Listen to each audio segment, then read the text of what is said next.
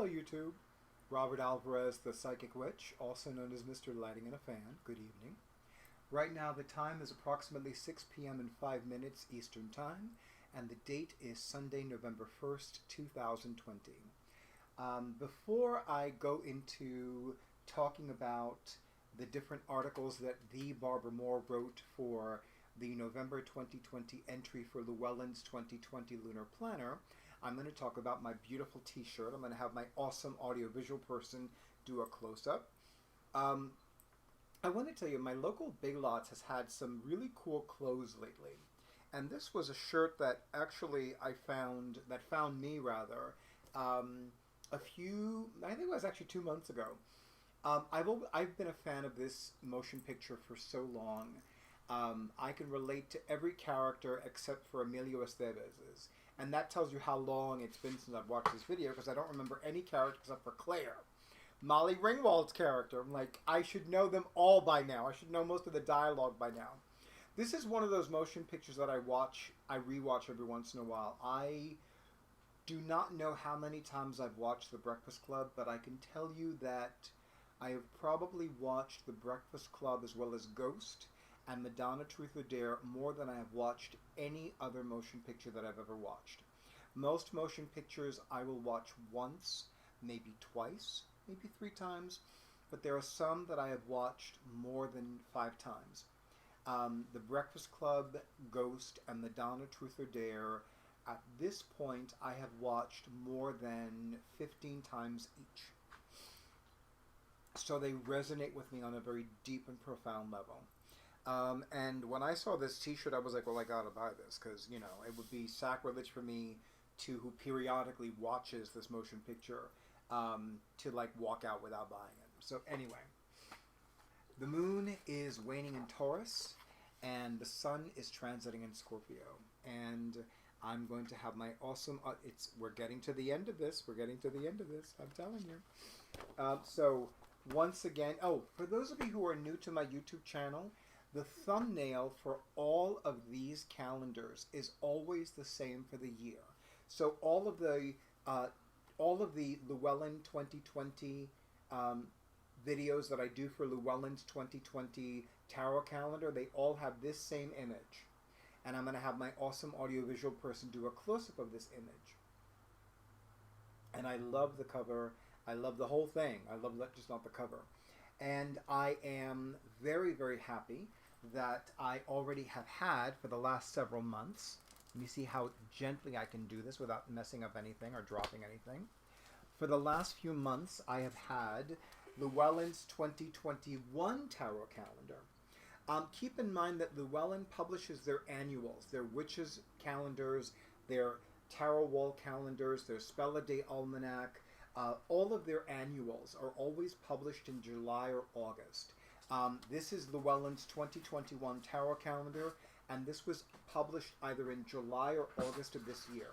So I'm thrilled that I have it. I already have, and I did a video on this, but I think I already have 2 of the tarot decks featured. And the other ones, there were 2 that didn't draw me and 2 I'm on the fence about, but anyway, I'll go through it another time and I'll be like, okay, so if you do not already have this calendar, please buy this calendar. If you are somebody who loves tarot, you owe it to yourself to buy this calendar. If you know somebody who lives for the tarot, who's in lust with the tarot like yours truly, and have like a bazillion tarot decks, this is a must. Anyway, so we're going to go to November 2020. And I'm going to have my awesome audiovisual person do a close-up of the beautiful articles and imagery on the November 2020 entry. And of course, I'm going to read the articles, share some of my insights, all that other good stuff. By the way, the tarot deck featured is the Shadowscapes Tarot. And, you know, this is a tarot deck that I've gone back and forth on. And I must admit, you know, I think that I need to stop going back and forth and just finally give it to myself. Because I'm like, you know, I keep like loving it and then it's like, I don't know. And then I love it and it's like, I don't know, you know. And I've had this conversation before. You know. You I'm cracking up and y'all don't even know why. So quick story. When I was in high school, I had a homeroom teacher named Mrs. Mealing. And I would not be shocked if she was still alive, because she was a tough old bird.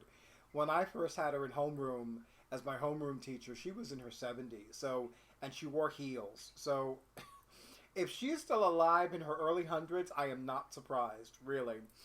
But I distinctly remember she used to have a husband. She divorced him. I think the ex-husband is dead now. I don't think he was a tough old bird. But I remember, one day he said to her, "I don't like bananas." And she's looking at this fool like, "You ate 15 bananas. How can you no longer like bananas?" So every once in a while I've had moments where I'm not sure if I like something, and then I go back for it.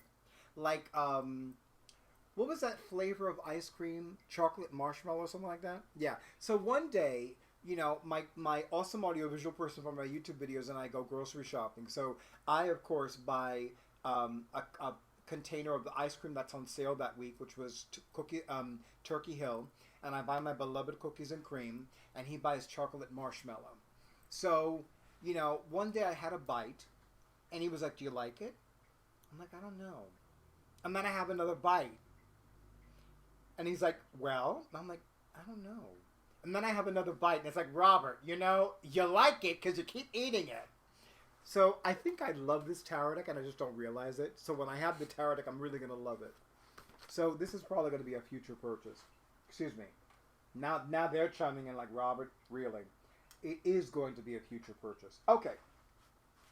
And the card that is featured is the Five of Pentacles. And of course, this makes me think of Simon of the Hermit's Cave, because he loves the Five of Pentacles card. He loves the Hermit card. He loves the Death card. And those are like his personal tarot totems. It's like any deck, any tarot deck that he has, those cards, the Hermit card especially, but the Death card and the Five of Pentacles, they need to have that oomph for him. So, Five of Pentacles. The Five of Pentacles shows the unhappy state of being cut off from all that nourishes you spiritually. You know what? Let me take a breath. Let me ground and center. We're going to do a take 2 on video. Okay, you ready? I'm ready. The Five of Pentacles shows the unhappy state of being cut off from all that nourishes you spiritually, mentally, emotionally, and physically. Sometimes we are cut off from what we relied on. Sometimes we separate ourselves. I want to tell you that is the most deep and profound interpretation I've ever read about the Five of Pentacles card, and that it came from the mind and the pen of the Barbara Moore does not surprise me. I'm a huge fan of hers, in case you didn't notice that. Wow, that is very deep. And it's not a coincidence that some people, because of COVID-19, are experiencing this now. It's so funny. I read these, and sometimes I read them sooner or later, and then it's like, oh, wow, that really is timely. And here we go. The importance of community. One lesson from the Five of Pentacles is the importance of community. If existing religions or communities no longer serve us, then our response should be to form new communities that do serve us. I'm going to finish reading this article, and then I'm going to say something about that.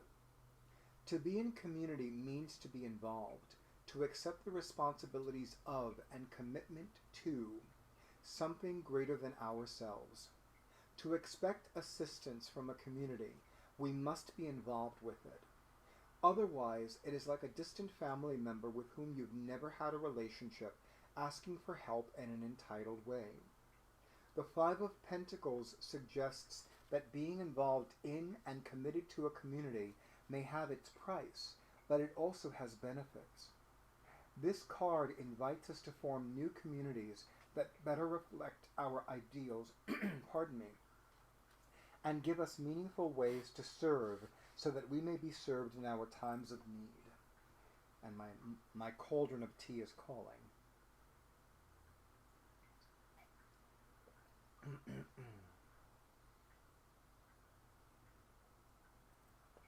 So, one of the things that I did this year was sever all contact with my mother, as in my biological mother, my human mother. And I've done this before, but this was the most challenging time. I really felt that I could not continue to have any contact with her. And, you know, I have somebody who's been using my psychic services since September 2001.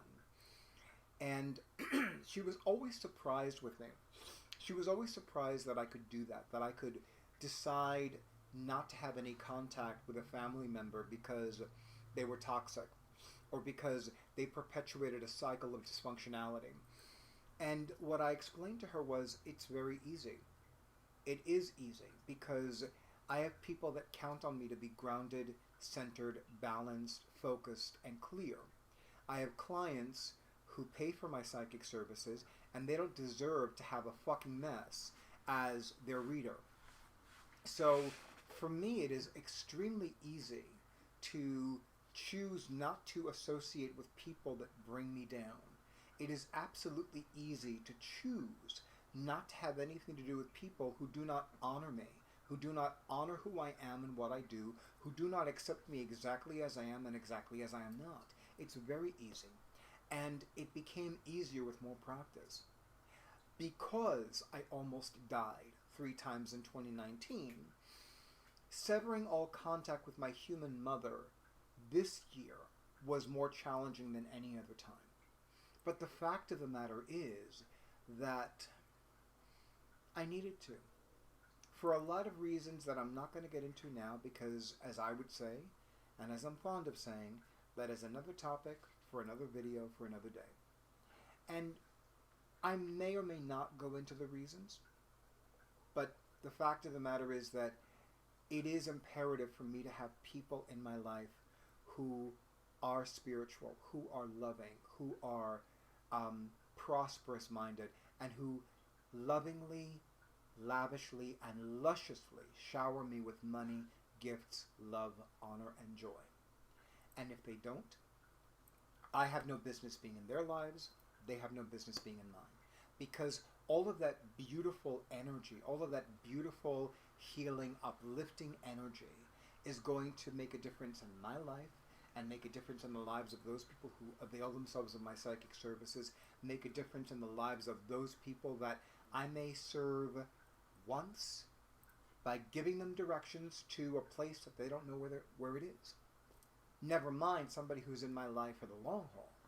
So I'm crystal clear that yes, there needs to be an opportunity to maintain a connection to the communities that serve us. You know, I've often read in Dr. Catherine Ponder's books about people that will tithe to the churches that no longer spiritually uplift them. But instead of tithing to those churches, it makes a difference for them, meaning for the tither, to tithe to the churches that do spiritually uplift them and that do spiritually support them. And I'm the same way. I mean, I'm a happily recovered Catholic, so I don't go to a church. And these days, most people don't go to a church. And there are people who do not practice Catholicism or Christianity, so they certainly don't go to a church. But I'm going to say this. In your community, and when I say your community, those people that you are a part of, that group of which you are a part, if they are sustaining you, if they are nourishing you and nurturing you, if they are building you up and lifting you up and strengthening you up, by all means, stay with them. And if they're not, make whatever decisions and make whatever action plan you need to make to find a new community or to allow another community to find you so that you can resume being nourished and nurtured and uplifted and honored. Which is another reason why, for those people who are more keen on group ritual as opposed to hello, Bost. We have Bost the kitten, and of course my awesome audiovisual person is going to do a close-up of her. Isn't she gorgeous? Like, seriously, look at that face! Oh my god, look at that face! Okay, so when it comes to cats, you can tell I love them. Okay, so seriously, look at that face. So cute. Okay, I'm gonna get back. I'm such a mush when it comes to cats, I'm telling you. Okay, I'm gonna finish up my tea and then I'm gonna resume reading these beautiful articles by the Barbara Moore. The symbol, the butterfly. Although an unusual symbol for this card, it's true, most tarot decks do not depict a butterfly in the Five of Pentacles. It reminds us that the Five of Pentacles, like all the fives, brings change. When things change, that means something new will emerge. Just like the caterpillar changes into the butterfly, or transforms into the butterfly. You know, and because it's the Five of Pentacles, you know, there are changes that a lot of us have needed to make with regards to our physical health and well-being, especially in 2020. And a lot of us have also needed to make changes in our finances in 2020. So this is, again, very timely. And the butterfly, of course, is a symbol of transformation and transmutation. So it's about transforming something. It's about choosing to allow transformation to take place in our lives.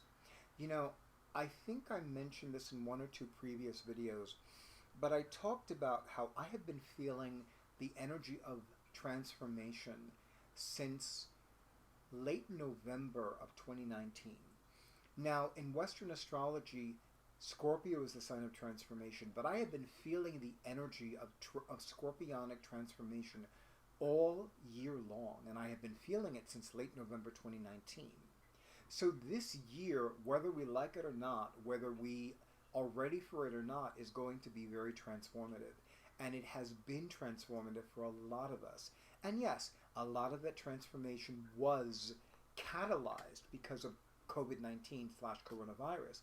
But even if COVID-19 and coronavirus did not physically manifest, did not show up on planet Earth, I really believe that we would have needed to undergo massive amounts of transformation in 2020 regardless.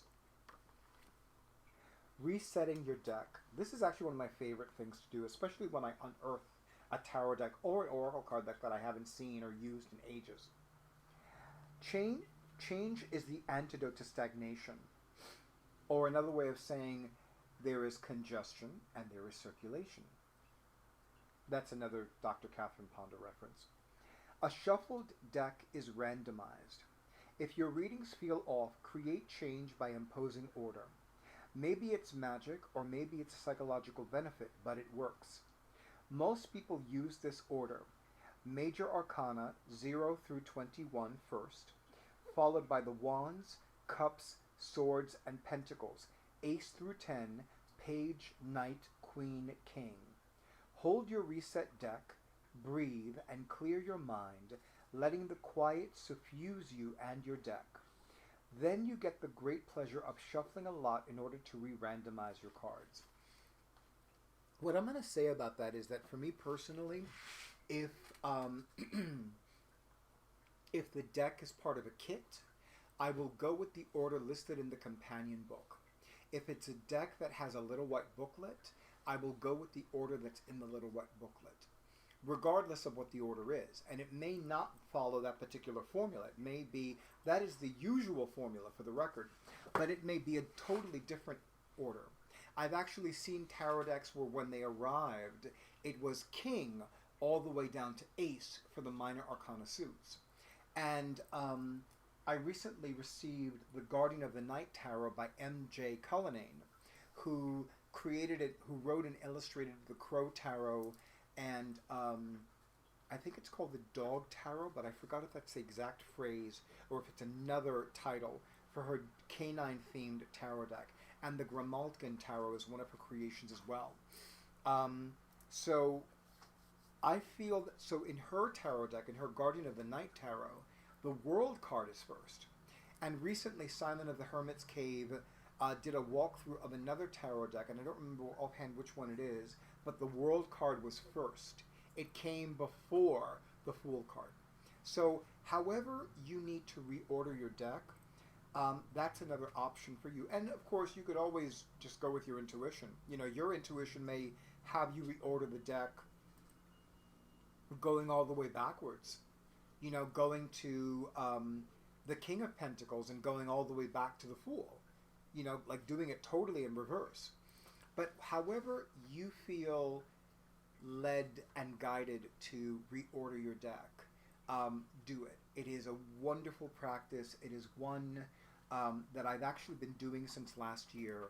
And it's so simple. It really is simple, but it really does make a difference. And I have found that when I reorder my decks and then I use them, there's a greater oomph to them. You know, like the energy has more weight and it feels more palpable. Like I could literally physically touch it. And it's like, ooh, I feel your power, you know? So I really do recommend that. And it's actually a really great tip. So if you have never reset your decks, I highly recommend this. Of course, you know, some of us have like a bazillion decks. But if you are one of those few people remaining on the planet that watches my videos and Jennifer Ball's Witch House's videos and Owl Moon 513 videos and the Hermit's Cave videos, and you still have under 10 decks, are you really watching our videos?